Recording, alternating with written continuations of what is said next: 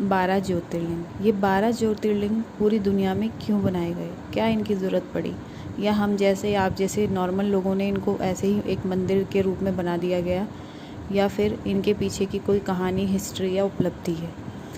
नमस्कार दोस्तों, स्वागत है आपके अपने चैनल दीपिका ब्लॉग में। कैसे हैं आप सभी लोग? उम्मीद करते हैं सभी लोग स्वस्थ होंगे, मस्त होंगे और व्यस्त होंगे।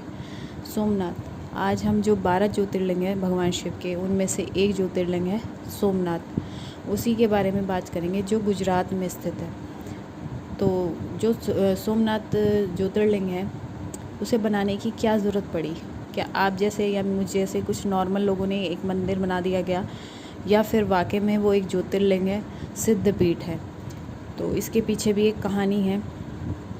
27 कन्याएं थी दक्ष प्रजापति की। ये तो शायद आप लोगों में से काफ़ी लोगों को पता होगा। तो सभी का विवाह किससे हुआ था? चंद्रमा जी से। तो चंद्रमा जी जो थे, उनकी एक पत्नी थी जो रोहिणी, उस पर उनका ज़्यादा रुझाव रहता था। वो अपना सभी प्रेम उन्हीं पर लुटाते थे। तो जो बाकी बची हुई और कन्याएं, 26 कन्याएं, वो सब उन्हें दक्ष प्रजापति से जाके मतलब शिकायत की चंद्रमा की कि वो हम पे ध्यान नहीं देते, वो सिर्फ रोहिणी पे ही फोकस करते हैं। बहुत बार दक्ष प्रजापति ने उन्हें समझाया चंद्रमा को कि भाई तुम्हारी और भी पत्नियां हैं, तुम ज़्यादा नहीं पर थोड़ा ध्यान उन पर भी दो।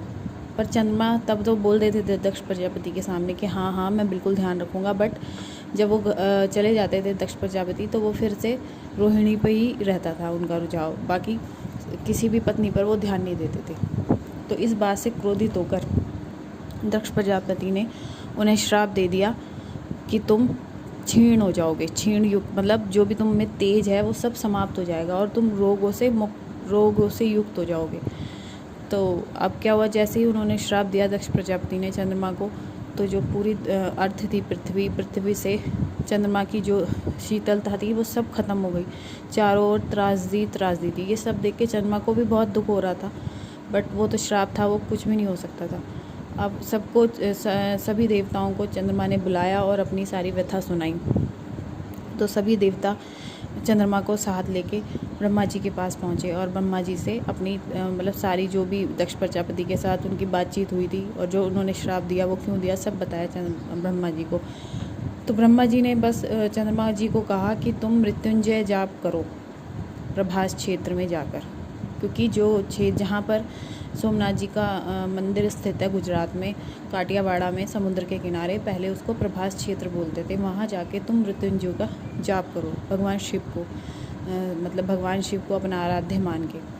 तो वहाँ जाके उन्होंने घोर तपस्या की चंद्रमा जी ने, और 10,000 करोड़ बार मृत्युंजय का जो जाप किया, जिससे प्रसन्न होकर भगवान शिव ने उन्हें प्रदान दिया कि तुम जो तुम्हारी पहले जैसी थी, तुम सभी चीज़ शीतलता से युक्त, वो सब मैं तुम्हें प्रदान करता हूँ। और जो दक्ष प्रजापति ने तुम्हें श्राप दिया है उसकी भी अवहेलना नहीं होगी और तुम श्राप मुक्त भी हो जाओगे। कृष्ण पक्ष के दिन तुम्हारी जो ज्योति है या तुम्हारी जो किरणें हैं वो क्षीण होती चली जाएंगी, और शुक्ल पक्ष में वो फिर से बढ़ती चली जाएंगी, और पूर्णिमा के दिन तुम्हें पूरा होने का, मतलब पूरा चंद्रमा दिखाई देता है ना पूर्णिमा को, तो उस दिन तुम्हें पूरा होने का सौभाग्य प्राप्त होगा।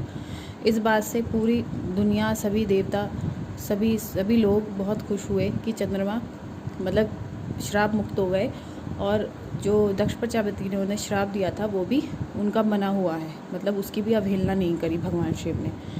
तब चंद्रमा ने इस बात से खुश होकर भगवान शिव से कहा कि मैं चाहता हूँ कि आप और पार्वती माता हमेशा के लिए इस जगह पर प्रभास क्षेत्र में, और मैं भी आपके साथ इसी जगह पे स्थान पे निवास करो आप दोनों। तभी से वहाँ पे वो सोमनाथ मंदिर का स्थापना की गई, ज्योतिर्लिंग की स्थापना की, क्योंकि जो चंद्रमा है उनको सोम भी कहा जाता है, इसलिए उस मंदिर का नाम सोमनाथ पड़ा। तो अब शायद आपको समझ में आ गया होगा कि सोमनाथ ज्योतिर्लिंग की स्थापना क्यों की गई है। उसका मेन रीज़न जो है वो चंद्रमा की वजह से की गई है। वहाँ पे चंद्रमा जी ने आग्रह किया था भगवान शिव से कि वो पार्वती के साथ वहाँ निवास करें। वो समुद्र के किनारे मंदिर है गुजरात के काठियावाड़ा क्षेत्र में। पहले उसे प्रभास क्षेत्र बोलते थे, अब वो काठियावाड़ा क्षेत्र है। वहाँ तक जाने के लिए आपके पास बहुत सारी फैसिलिटी हैं। आप बस, ट्रेन, पर्सनल टैक्सी और अपनी पर्सनल गाड़ी से भी जा सकते हैं। तो उम्मीद करती हूँ आपको दी गई जानकारी मतलब आपके समझ में आई होगी कि वहाँ जो ज्योतिर्लिंग बनाया गया, सोमनाथ ज्योतिर्लिंग, वो क्यों बनाया गया, उसे बनाने की क्या ज़रूरत पड़ी। वो आपने या मेरे जैसे लोगों ने, नॉर्मल लोगों ने ही किसी मूर्ति को स्थापित नहीं कर दिया, उसे बनाने के पीछे कितना बड़ा रीज़न था। तो जो मेरे चैनल को फर्स्ट टाइम देख रहे हैं, प्लीज़ मेरे चैनल को सब्सक्राइब करें, लाइक करें, शेयर करें। प्लीज़ प्लीज़ मेरे चैनल को सब्सक्राइब करें ज़्यादा से ज़्यादा। Okay bye.